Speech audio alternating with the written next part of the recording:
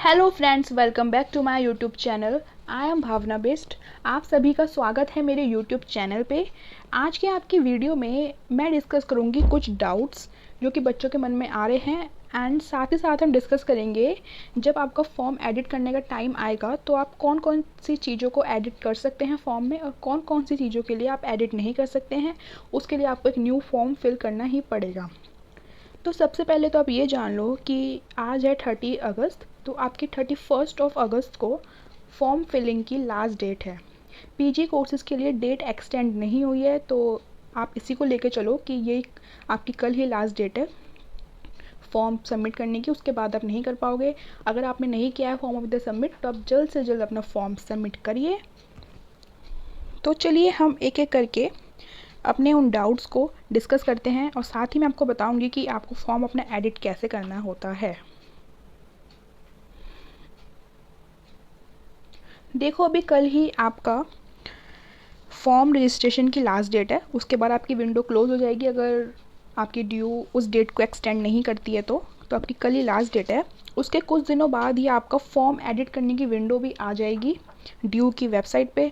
तो मैं आपको बता देती हूँ कि आपको अपना फॉर्म एडिट करने के लिए क्या क्या प्रोसीजर करना है। सबसे पहले तो you have to visit DU official website, that is du.ac.in। ठीक है, आपको स्क्रीन पे ड्यू की वेबसाइट का नेम दिख रहा होगा, ये इसकी ऑफिशियल वेबसाइट का लिंक है। आप इसी पे जाके क्लिक करना। फिर उसके बाद after that you will log in with your registered email. जब आपने अपना फॉर्म फिल किया था तो आपने अपनी एक ईमेल आईडी उसमें क्रिएट करी थी, तो उसी ईमेल आईडी से आपका लॉगिन होगा। किसी और ईमेल आईडी से आप लॉगिन नहीं कर सकते हो, उसी ईमेल आईडी से आपको रजिस्टर करना है। फिर आपके सामने विंडो ओपन हो जाएगी। जब भी आपका एडिट का ऑप्शन आएगा ड्यू की वेबसाइट पे, तो वहाँ से आप सिंपली अपना ड्यू का फॉर्म को एडिट कर सकते हो। अब हम डिस्कस कर लेते हैं कि कौन कौन सी चीज़ें हैं जो आप एडिट नहीं कर सकते हो और जिनको आप एडिट कर सकते हो। देखो, सबसे फर्स्ट पे बच्चे पूछते हैं क्या हम अपनी कैटेगरी को चेंज कर सकते हैं। जैसे आप जब अपना फॉर्म फिल करते हो तो आपसे आपकी कैटेगरी पूछी जाती है कि आप अनरिजर्व कैटेगरी से हो, आप ओबीसी हो, एससी हो, एसटी हो। तो अगर आपने फर्स्ट टाइम फॉर्म फिलिंग में अपनी कैटेगरी फिल कर दी है जनरल, उसके बाद अगर आप अपना फॉर्म एडिट कर रहे हो और आप अपने फॉर्म में उसको चेंज कर रहे हो into an another category, like अगर जनरल किया था पहले तो आप उसको ओबीसी कन्वर्ट कर रहे हो, तो आप उसको चेंज ही नहीं कर सकते हो। जो आपने कैटेगरी अपनी एक बार फिल कर दी है आप उसी को ही अपना कैरी ऑन करोगे। आप इसमें कोई चेंजेस नहीं हो सकते हैं। लेकिन अगर आपने अपने पहले से ही कोई आपकी रिजर्व कैटेगरी को अपने टिक कर रखा है और उसके न्यू डॉक्यूमेंट्स आपके पास अब आ चुके हैं, तो आप उन डॉक्यूमेंट्स को अपडेट कर सकते हो। फॉर एग्ज़ाम्पल, अगर आपने पहले अपना एससी कैटेगरी से अपना फॉर्म फिल किया था, रजिस्टर करा था, और उसमें आपके डॉक्यूमेंट्स जो थे वो पुराने वाले थे, अब जो आपका एडिट का ऑप्शन आएगा तो आप अपने उन डॉक्यूमेंट्स को अपडेट कर सकते हो। सिर्फ आप अपनी कैटेगरी चेंज नहीं कर सकते हो। तो ये था हमारा फर्स्ट क्वेश्चन। अब हम बात करते हैं अपने सेकंड क्वेश्चन के बारे में। सेकंड क्वेश्चन में बच्चे ये पूछते हैं कि अगर हमने एक बार मेरिट बेस के लिए अपना फॉर्म फिल कर दिया है तो क्या हम उसको एंट्रेंस के लिए कर सकते हैं या ठीक है। तो देखो, आप इसमें नहीं कर सकते हो एंट्रेंस के लिए, बिकॉज जो आपने अपनी फ़ी पेमेंट करी है वो आपने मेरिट के अकॉर्डिंग ही करी है, और मेरिट की फ़ीस 250 है एंड एंट्रेंस की फ़ीस 750 है। तो यहाँ पे आप उसको चेंज नहीं कर सकते हो। अगर आपने एक बार मेरिट को कर दिया है तो आप उसको एंट्रेंस में चेंज नहीं कर सकते हो। ठीक है, ये हमारा सेकेंड डाउट हो चुका है क्लियर। अगर आप इनमें चेंजेस करना चाहते हो तो आपको एक न्यू फॉर्म ही फिल करना पड़ेगा। आप उस फॉर्म में एडिट नहीं कर सकते हो। You have to fill your new form. अब हम बात कर लेते हैं अपने थर्ड क्वेश्चन की या फिर थर्ड डाउट की, तो वो है जेंडर चेंज। बच्चों ने पूछा है कि क्या हम अपना जेंडर चेंज कर सकते हैं। अगर आपने फॉर्म फिल करते हुए अपना जेंडर उसमें स्पेसिफाई कर दिया फीमेल, तो क्या आप उसको मेल कर सकते हो, या फिर क्या आपने मेल कर दिया फिल उसको आप फीमेल कर रहे हो। नहीं, आप जेंडर भी चेंज नहीं कर सकते हो, एडिट आप नहीं कर सकते हो। अगर आपने मिस्टेक कर दी है, आप फीमेल हो लेकिन आपने मेल पे टिक कर दिया है, तो इसके लिए आपको एक न्यू फॉर्म फिल करना पड़ेगा। इसमें आप एडिट नहीं कर सकते हो। ठीक है, यहाँ पे हमने अपने 3 क्वेरीज़ को डिस्कस कर लिया है। अब हम मूव करेंगे अपने फोर्थ क्वेरी की तरफ। फोर्थ क्वेरी काफ़ी इंपॉर्टेंट है और काफ़ी बच्चे इसको पूछ भी रहे हैं, that is related to your email ID. जब आपने अपना फॉर्म फिल किया था तो उसमें आपसे एक ईमेल आईडी मांगी गई थी, तो कई बच्चे उस ईमेल आईडी का यूज़र नेम या फिर पासवर्ड भूल चुके हैं। तो क्या अब हम उसमें रजिस्टर कैसे करेंगे? क्या हम किसी और आईडी से लॉगिन कर सकते हैं उसी में? तो नहीं, आपको अपना आईडी का पासवर्ड और यूज़र नेम याद रखना चाहिए था, उसके बिना आप अपने उस फॉर्म को ओपन नहीं कर पाओगे। इसके लिए भी आपको एक न्यू फॉर्म फिल करना पड़ेगा, उसमें आपको एक new email ID with new phone number he register करना पड़ेगा। तो ईमेल आईडी में तो आप बिल्कुल कोई भी चेंजेस नहीं कर सकते हो, इसके लिए आपको एक न्यू फॉर्म फिल करने की ही ज़रूरत है। यहाँ पे हमने अपनी 4th क्वेरी को भी डिस्कस कर लिया है। अब हम मूव करेंगे अपनी 5th क्वेरी की तरफ। 5th query is related to your self attested document. ये बच्चों को बहुत ज़्यादा दिक्कत आ रही है सेल्फ अटेस्टेड में। तो देखो, प्रीवियस ईयर भी कई बच्चों ने अपने फॉर्म को सेल्फ अटेस्टेड नहीं किया था।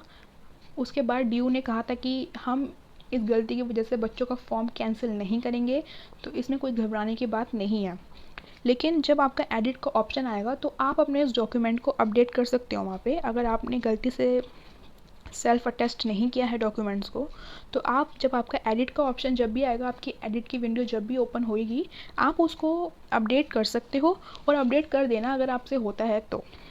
वैसे अगर आपने नहीं किया सेल्फ अटेस्टेड तो कोई प्रॉब्लम नहीं है, बट अगर अपडेट आपसे हो रहा है तो आप अपडेट करने की कोशिश उसको ज़रूर करना। तो यहाँ पे हमने अपनी 5th क्वेरी को भी डिस्कस कर लिया है। अब हम मूव करेंगे अपनी 6th क्वेरी की तरफ। 6th क्वेरी ये है, बच्चे ने पूछा है that is related to your sports and ECA quota. अब बच्चे यहाँ पूछ रहे हैं कि अगर हमने स्पोर्ट्स एंड ECA कोटा में से येस या फिर नो पे फिल कर दिया है, फॉर एग्जांपल आप किसी स्पोर्ट्स कोटा से बिलोंग करते हो तो आपने येस कर दिया है, ठीक है। अगर आप किसी स्पोर्ट्स कोटा से बिलोंग ही नहीं करते हो, आपने तब भी उसको येस कर दिया है। अब आप चाह रहे हो कि आप उसको नो करो, बिकॉज आप तो उससे बिलोंग करते ही नहीं हो, आप तो आगे अपना को दिखाई नहीं पाओगे सर्टिफिकेट, क्योंकि आप तो हो ही नहीं ना स्पोर्ट्स कैटेगरी के अंदर। तो फिर आप उसको बाद में नो नहीं कर सकते हो। अगर आपने येस कर दिया है आप उसको नो नहीं कर सकते हो, अगर आपने उसको नो कर दिया तो आप उसको येस भी नहीं कर सकते हो। इसमें भी कोई चेंजेस नहीं होगा, वाइस वर्सा है। येस कर दिया तो नो भी नहीं होगा, नो कर दिया तो येस भी आप उसको नहीं कर सकते हो। अब यहाँ पे हमने अपनी 6th क्वेरी को भी डिस्कस कर लिया है। अब हम मूव करेंगे अपनी 7th क्वेरी की तरफ। 7th क्वेरी काफ़ी डिमांडेड क्वेरी है, बच्चे इसको काफ़ी ज़्यादा पूछ रहे हैं, बहुत ज़्यादा डाउट है उनके मन में। इसको भी चलिए हम इस वीडियो में डिस्कस करेंगे। Your 7th query is related to your reappearing marks. देखो, जो बच्चे अभी अपने ऑप्शनल एग्ज़ाम दे रहे हैं उनके मन में यही डाउट है कि अभी उनके मार्क्स तो आए नहीं हैं, अभी उनका रिज़ल्ट डिक्लेयर नहीं हुआ है, तो वो क्या कर सकते हैं। तो देखो, अभी जो आपने मार्क्स फिल कर दिए हैं क्लास 12th में, अगर आपका रिज़ल्ट नहीं आया है तो बाद में आप उन मार्क्स को अपडेट कर सकते हो। DO आपको ऑप्शन देता है उन मार्क्स को अपडेट करने का, तो कोई भी टेंशन लेने की बात नहीं है।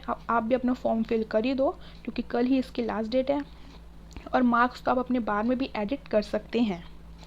तो हमने इस क्वेरी को भी सॉल्व कर लिया है। और मैं आपको ये बता दूं कि आप अपने फॉर्म को सिर्फ एक ही बार एडिट कर सकते हो। Yes, you can edit your form only one time. आप अपने फॉर्म को सिर्फ एक ही टाइम एडिट कर सकते हो। ये मत सोचना कि एक बार कर दिया फिर करूँगा, नहीं। एक ही बार आपको ऑप्शन मिलेगा, उसके बाद अगर आपने फिर भी आपको कोई मिस्टेक लग रही है फॉर्म में, तो आपको अपना एक नेक्स्ट या सेकंड फॉर्म आपको फिल करना ही पड़ेगा। तो अभी जिन बच्चों ने फॉर्म फिल नहीं किया तो उनके लिए ये वीडियो काफ़ी इम्पॉर्टेंट है, तो वो ये सारी गलती ना करें। अब मैं आपको बताती हूँ कि जो चीज़ें आप एडिट कर सकते हैं अपने फॉर्म के अंदर। देखो, फॉर्म के अंदर वही चीज़ें एडिट होती हैं जो काफ़ी माइनर होती हैं, या फिर जिससे आपके फॉर्म को कोई इतना फ़र्क नहीं पड़ता है।